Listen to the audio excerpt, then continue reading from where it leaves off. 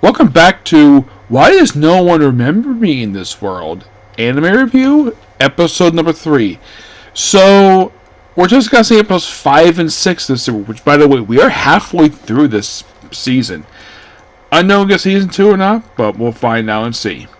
So, in these two episodes, the first episode begins, there's a flashback in episode 5 where it picks up, like, right after Vanessa died in the previous episode.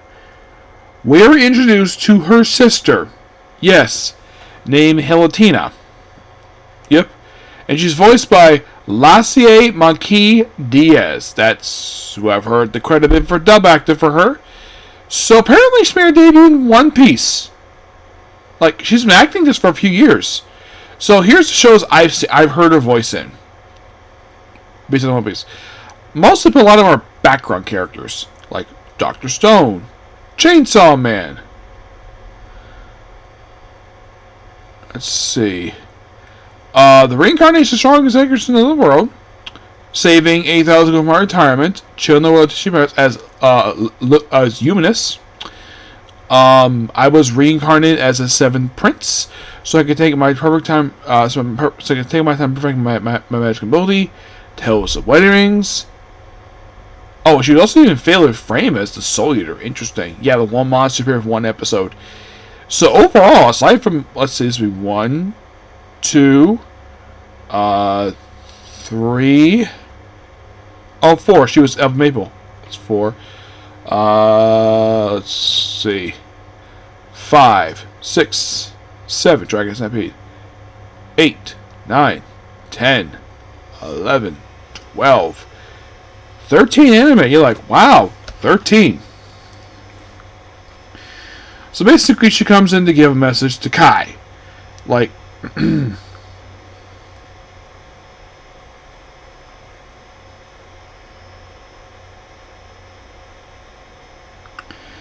yeah, the fact that, oh yeah, because the fact they defeated Vanessa, they're basically just going to just not bother doing anything with her, with the humans for now.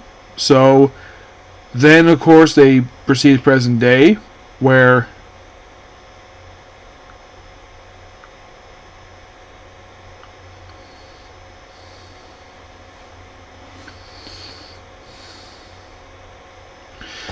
so they go to present day, where they clean up the capital, but then, of course, they're sent out to go to the IO Federation, I believe they call it, and they're meeting up with the guy who's sort of like their king, despite the fact he's technically the commanding officer. But the only reason why I think he's held as a king because he's from the royal family. Despite the fact that he's just a leader of the rebel army. And he just wants to basically fighting the Celestials. The Celestials are comprised of the popular fantasy species, elves, dwarves, fairies, even angels. Like, basically the more popular ones. It's kind of weird. They kind of categorize all these other species. It's even spirits too. Which, if you think about it, this is probably the writer of, like, saying, yeah, you know those really cool species you all love? Yeah, we're all categorized as Celestials. And thinking, dwarves as Celestials. By the way, we don't really see an actual dwarf. We see backup one. We don't see that regularly. We see, like, one fairy. Overall, there's about 4 elves we've seen in these 2 episodes. There's 4 elves. I'm like, it's about time we see some elves. Let's see. They also mention those other ones. Angels see some of them. So, by the way, it's actually revealed that his name is Dante. His name is, yes, his name is Dante, and apparently his assistant is actually an elf spy. Because Rainy detected like she was a spy. So, apparently his subordinates basically contacted him without his permission. So he's very reluctant to work with them. So they go on an expedition, they find some stuff, and of course they go on another one. And then he proceeds to apparently get some info from a source. So he proceeds to go himself to investigate this elven intelligence. So some people in his army go with him, but he says, okay, you can go with me, but don't tell our guest about it. So they leave without telling them. They just leave, apparently. And then we see that there are guns on the ground. What happened to them? Don't know. We don't really see what happened to them. Apparently they were captured off screen. And then we see the leader of the Celestial Hero, a Freyan, who's voiced by Nick Hamilton. I think that's his name. Let's see. Nick Hamill. Those of you curious with that name, is he related to Mark Hamill? I'm curious about that too.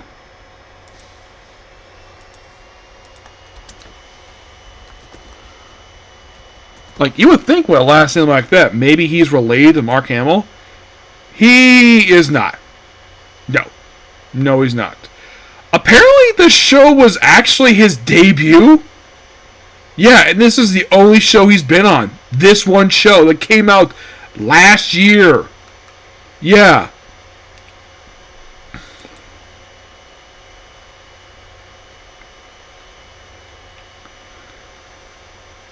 Yeah. It is just by sheer coincidence, guy's last name is Hamill. Yeah. Oh, and we're also introduced to, they refer to her as Rareen Ritru Renjitaro. Apparently this translated as Lane Rel Rachel. I'm not sure why. So, she's voiced by Kayla Martin, though the spelling is weird. This website I've seen. So, yeah, very beautiful elf woman, because she's an elf. She's basically an elf. They refer to her as a shrine maiden. And she walks around barefoot. So, here she is with her elder. And, let's see.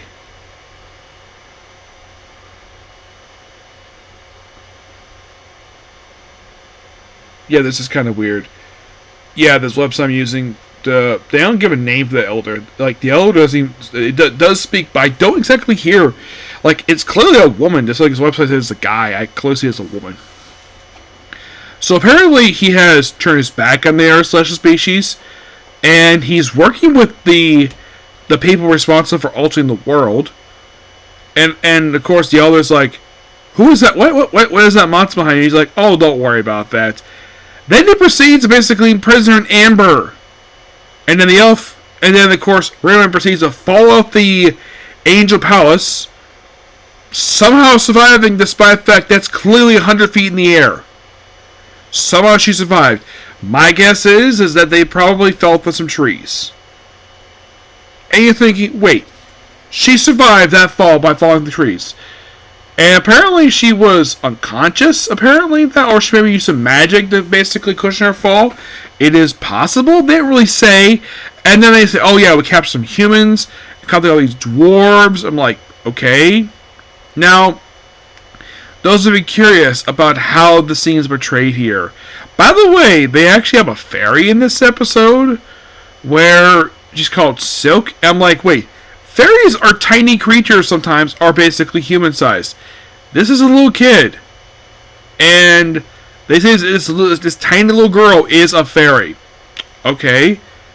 And you think, oh, what about King's sister from Seven Deadly Sins? That's a fairy. Yes.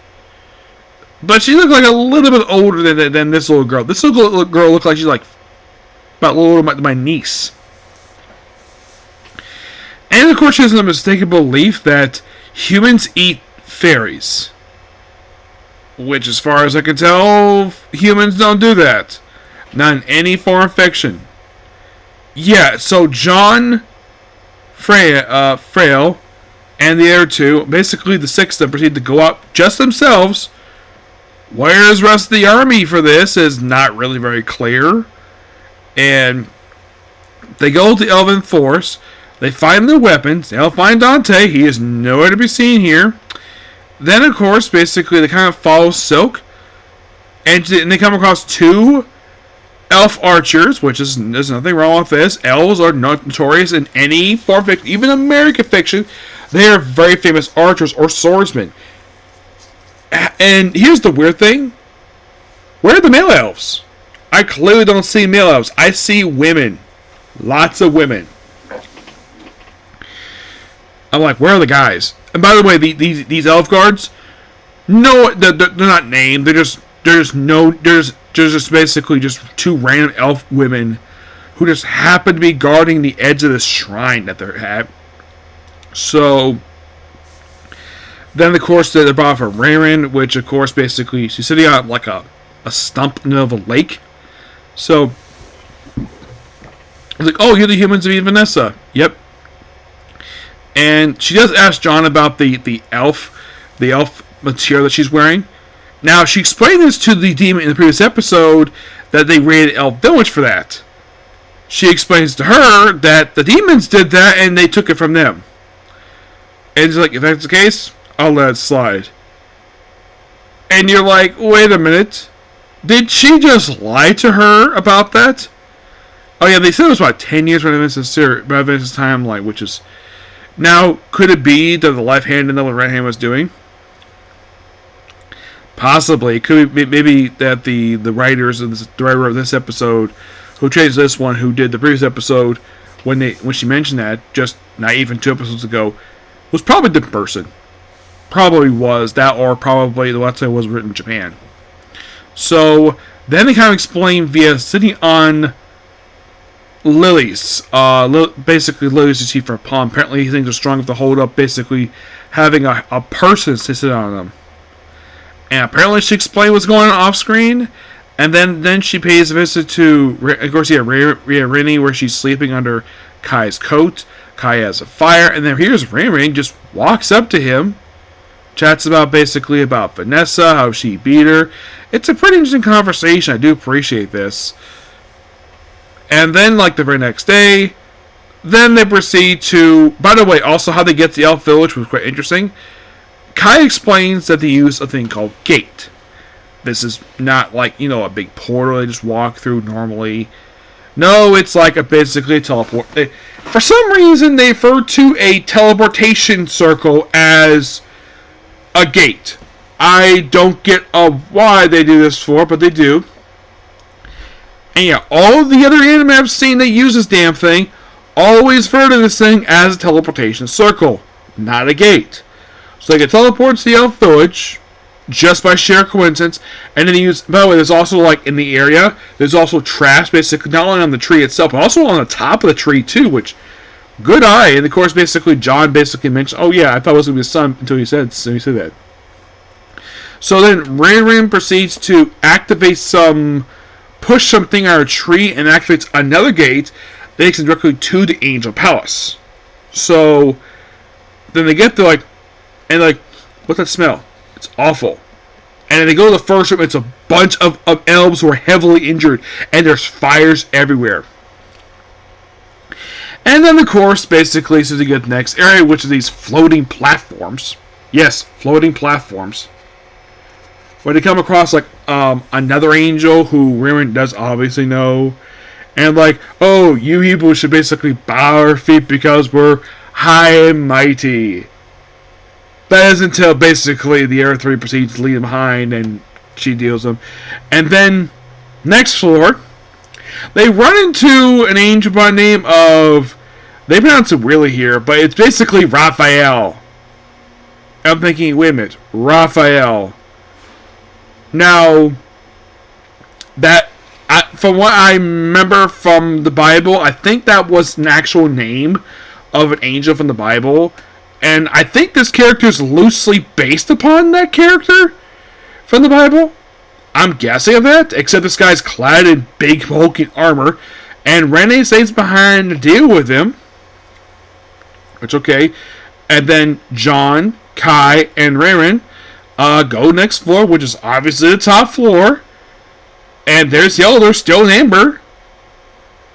I'm like, how long has she been there? How much time has passed by since this happened?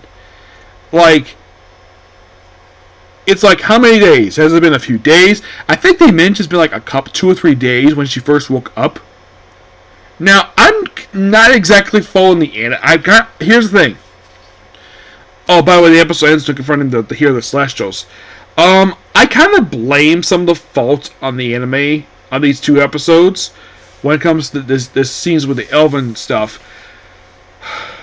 It's a mixture of both. I blame for the problems of these two episodes. I blame partially on the animators for this, and also the original source material a little bit, but not by much. So, those of you thinking, is there these episodes faithful to... By the way, we're in book 2, believe it or not. Yes, we're in book 2, kind of. I would say kind of yes, even though it's been a little bit since I've read the books. I believe so. The whole thing with Dante, the whole thing with him, that was pretty accurate.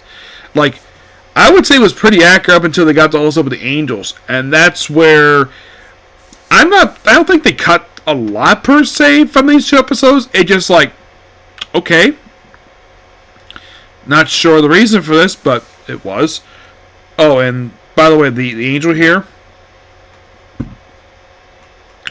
Apparently, this website I'm looking at, basically they identify it as angel as vicious, and they don't name.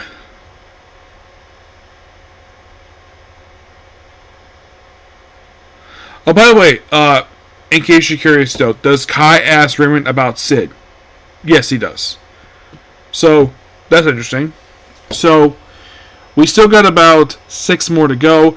I'm only planning to do about 2 more, and then I'm going to do my new anime that came out yesterday and today. In case you're wondering which one the first one to do first, that will be... I may be Guild Receptions, but I'll still link Balls of Clock on time. I'm going to do that one first. And then it's going to be Welcome to Train Myself, Dragon Ball Daima, Case Closed, and I'll cap it up with Izuran Jugo's Dungeon.